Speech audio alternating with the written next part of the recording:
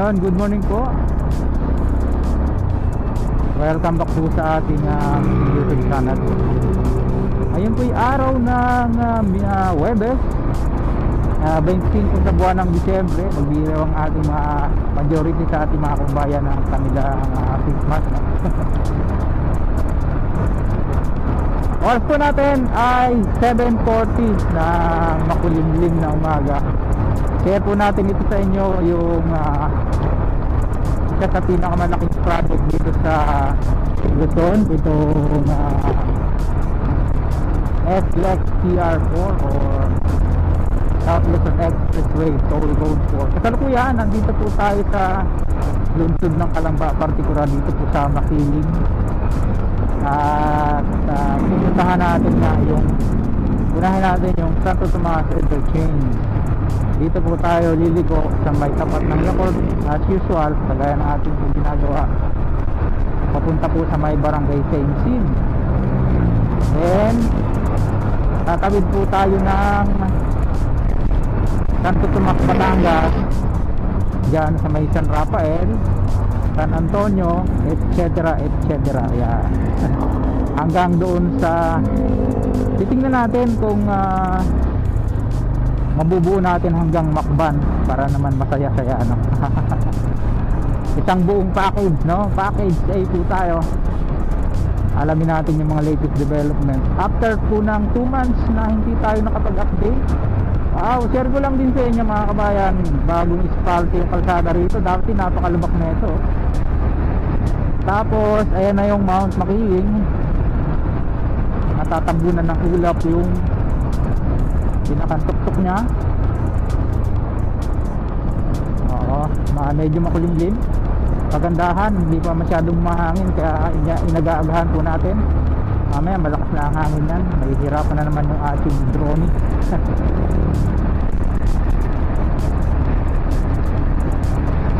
Dito kasi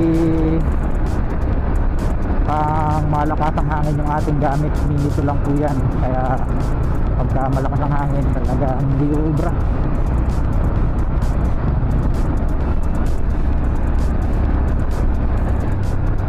Overpass bridge kung dadaanan natin puntang barangay Saint Sim. At dito sa left side nandyan nga po yung Santo Tomas Interchange ng SLEX TR4. Bagaman yan po ay sakto ng Calamba, silipin natin. Ayun, yun na. Medyo kalba pa, banda-banda ron tayo. At dito meron ditong ginagawang viaduct, lalak daw dito sa kalsada na ito na ating tinatahak papunta po ng barangay Puting Lupa ito. Minsan napapag-mix up po yan kasi doon sa silang may barangay Puting Kahoy naman.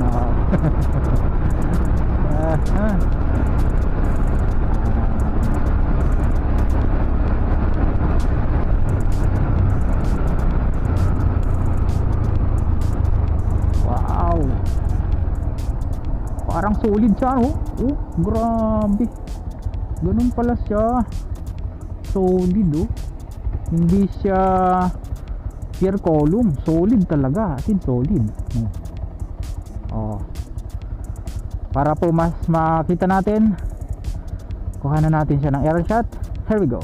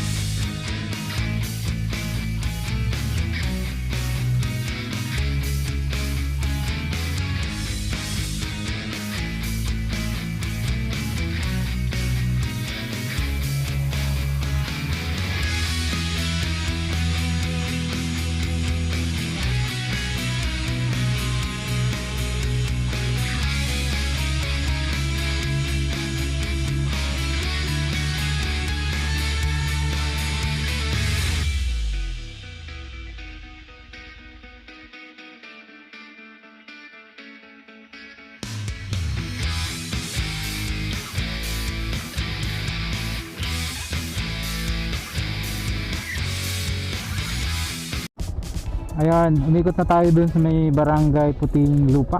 Dito na tayo, ayan. Natalo na po ng drone natin yan kung napansin nyo kanina.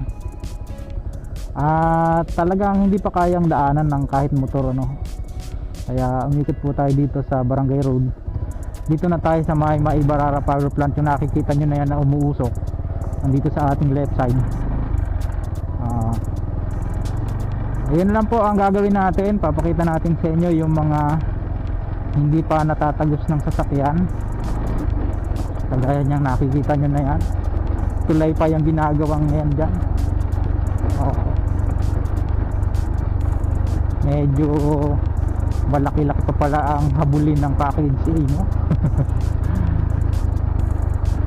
Dahil tutuloy po tayo ng package B from ito na yung Maibarara Geothermal IMC Power Facility.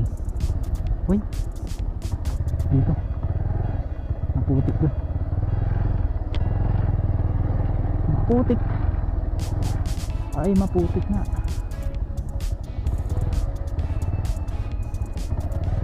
Tanya, kahit dito maputik ko.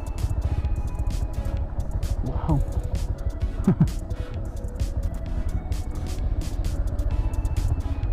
Yan, oh.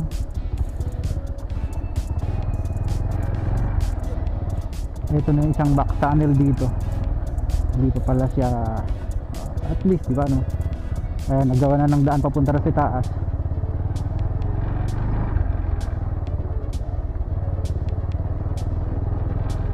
Mula dito, mayroon pang isang hindi nadadaanan dyan sa may barangay San Antonio. Grabe, buti na lang umaraw kahapon. Kung hindi, iyari na naman tayo dito. Ayan, maganda-ganda na, oh. Diba?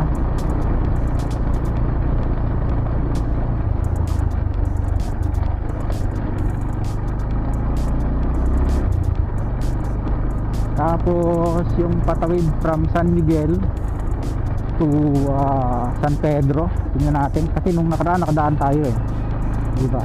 Ito lang dito yung sa may San Antonio kasi may mga box tunnel pa na ginagawa diyan. Tingnan natin, kuhanan natin siya ng aerial shot na natira pa nating baterya.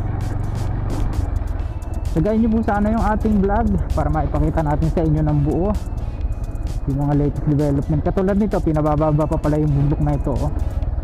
Puhupayin pa yan, masyadong mataas.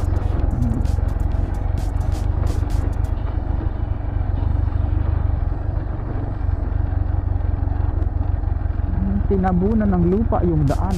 Wala makadaan na 4 wheels dito, motor lang, ayan. Diba? Allah, ay may kaputikan. Mumumpay. Alam nyo ga yung kumpay? Yan, alam yan ng mga taga Quezon saka ng Batangas, no? Sa mga hindi po alam, comment down below para sagutin natin kung ano yung kumpay, no? Andito yung mga culvert na naglalakihan. Ilalagay po yan sa drainage system ito na CR4.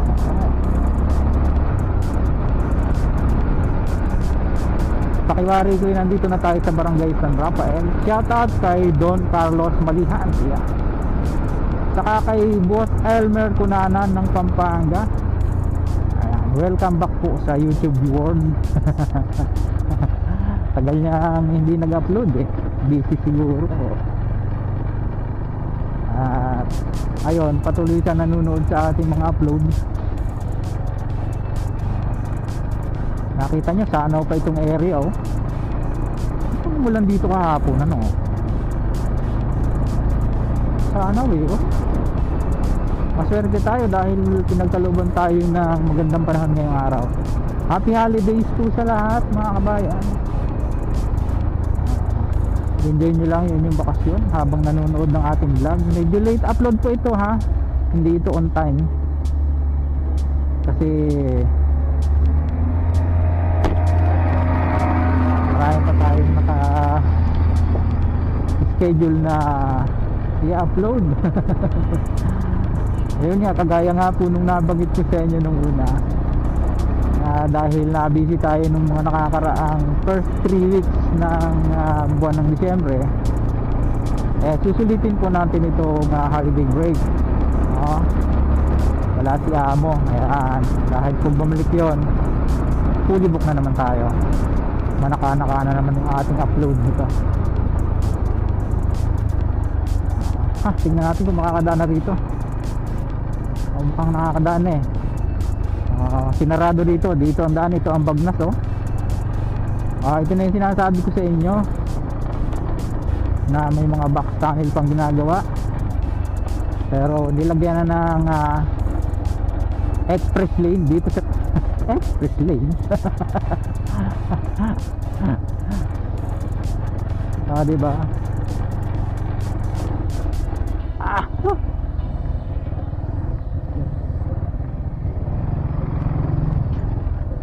Diba? Ayan, may mga board pile na sa ilalim yan, lalagyan ng pier column. Diba? Ito yung naiwang part dito, pero karamihan dyan sementado na yung iba, tapos passable na. Tingnan natin. Let us see, kasi nung nakaraan dyan sa may part ng San Miguel, imikot tayo dun sa ibaba, no? Katulad dito, tingnan natin kung makakaraan tayo.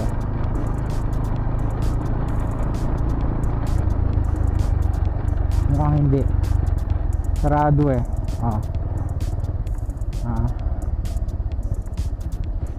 iikot din. Tingnan natin. Pag hindi, cut muna ng video, resume tayo sa kabila, no? Wala. Pero tingnan nyo sa kabila, yun, no? Doon tayo pupunta at doon tayo magpapalipad ng ating laruan. Ganda na doon, no? Stay tuned, kabayan.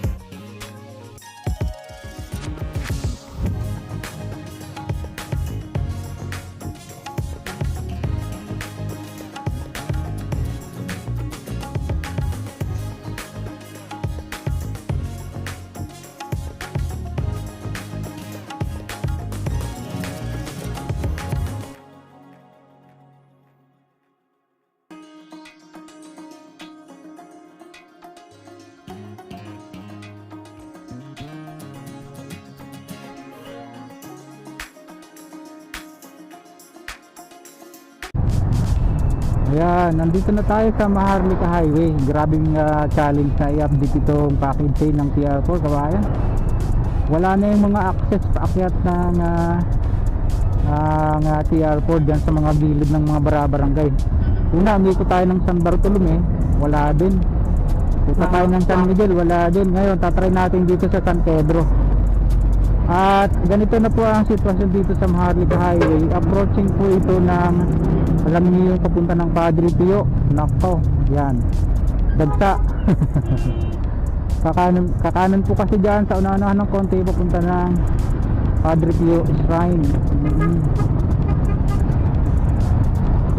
Tayo naman kakaliwa tayo dito, kaya sa unahan ng konti.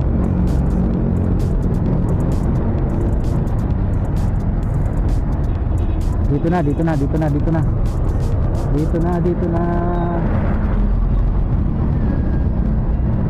Yan. Susubukan natin kung makaka-access ulit tayo mula dito sa Barangay San Pedro, Santo Tomas, Batangas, papunta doon sa San Felix. Yan na nga po yung Macban Interchange. Ang problema, baka wala ring access din eh. Wala, iikot ulit tayo doon sa may San Felix. Bayan National Highway, Maharlika Highway. Sana mayroon dito, no? Sinarado kasi yung mga access, gawa ng siyempre construction area nga naman. Ito na siya, oh. Dito na siya. Hindi naman kaalayuan to sa highway nung nakaunang punta ko rito, oh. Talagang sarado. Oh, hindi na natin pupuntahan dyan kasi sarado eh. Ayan, nakita nyo may tambak na lupa. Pero ayun si kuya, siguro taga dyan lang yan sa ano, sa malapit. Kita mo naman, oh, talagang pahirapan. So ito, baka sakali medyo nag-reset na lang po tayo dun sa mga hindi natin makuhanan ng pumadaanan by land, no? Yan, katulad dyan sa may Barangay San Antonio, puntang San Bartolome, patawid ng San Miguel, tapos San Pedro hanggang dito. Ito Barangay San Pedro, yung patawid ng San Miguel to San Pedro, walang access. Medyo kakapusin po tayo ng baterya, kaya siguro doon na lang tayo kukuha ng aerial shot ulit bago dumating ng Macban Interchange. Silipin na lang natin to later on, no? Ayan.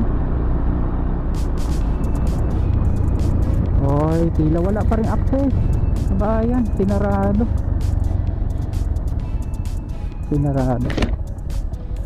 Hindi kaya, sir? Hindi kaya, no? Bawal na daw? Bawal na dumaan? Hinarangan eh.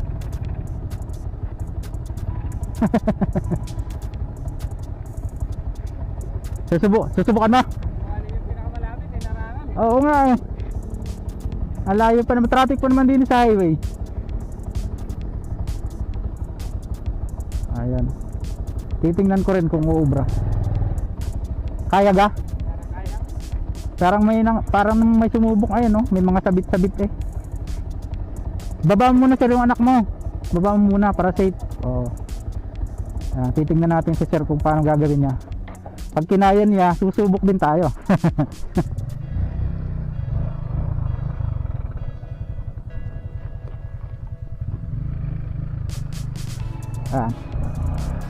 Hindi sir, dahan-dahan lang. Hindi kaya. Teka, tulak kita. Teka, dahan-dahan lang, tulak kita.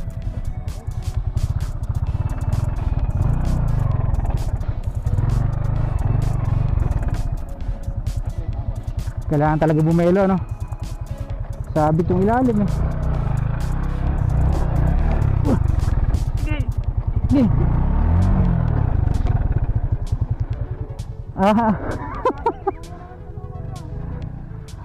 Ang tanong, makalabas kaya tayo doon?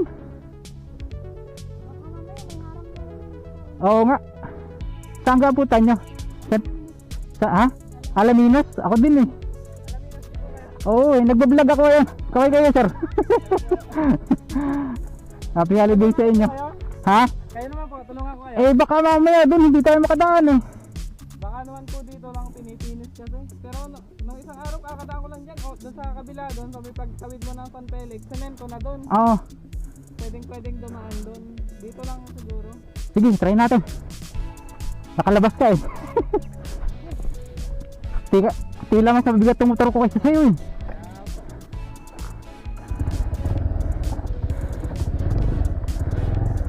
Dito na lang, sir.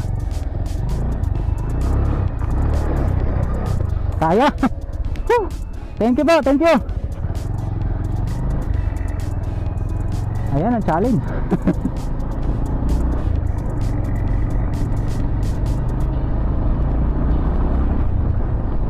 Ang problema yung pabalik ko, kaya pag tayo hindi nakalusot din yung pabalik, no?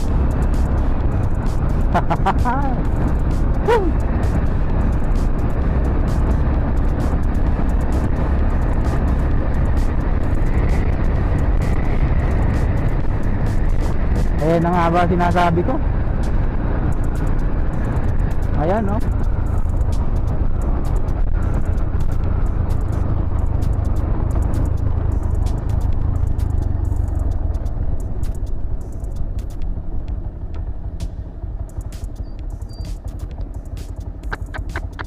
Ito na naman.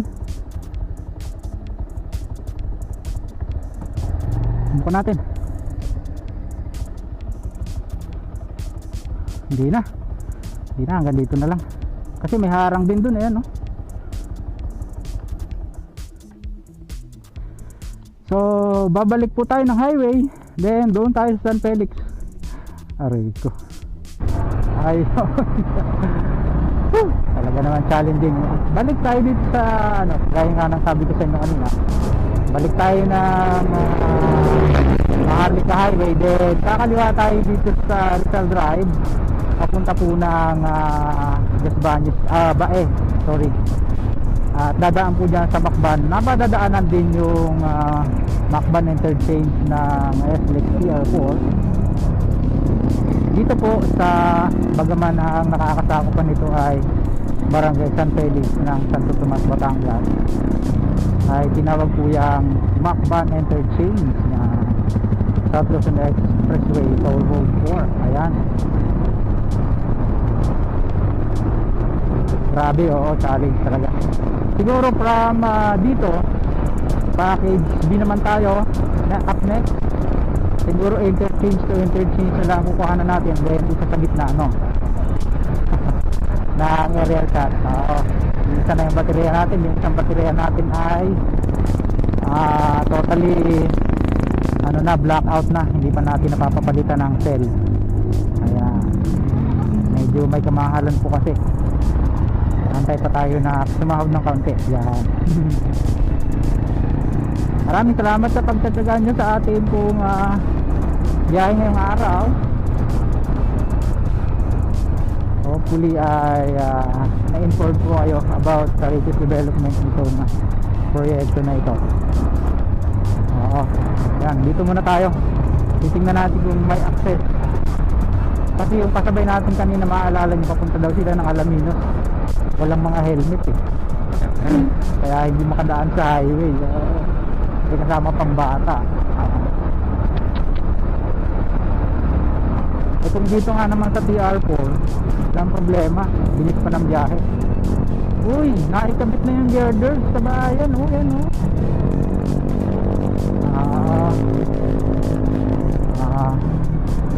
Galing, no? Ang tanong, makaka-access ba tayo? Silitin muna natin. Hindi na, sarado, oh. Ayan, oh. Sarado. Sarado, may lupa.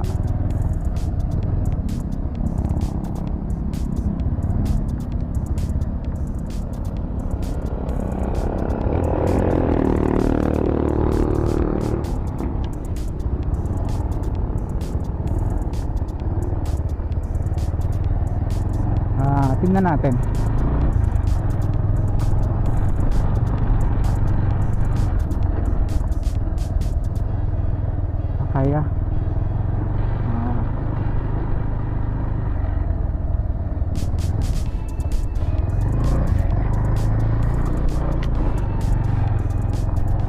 Bago tayo magpaalam ay panoorin nyo po muna yung ating aerial shot dito kasi ayan, samentado na siya. Here we go.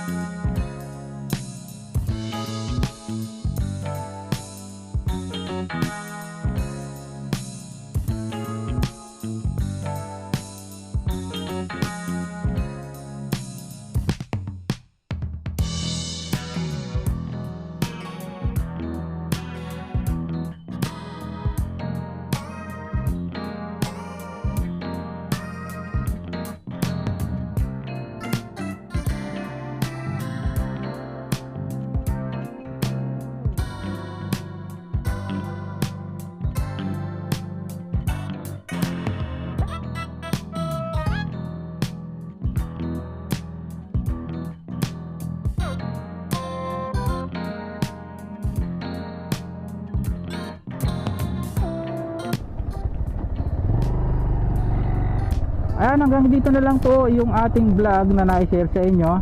Dito naman po sa package A ng SLX TR4,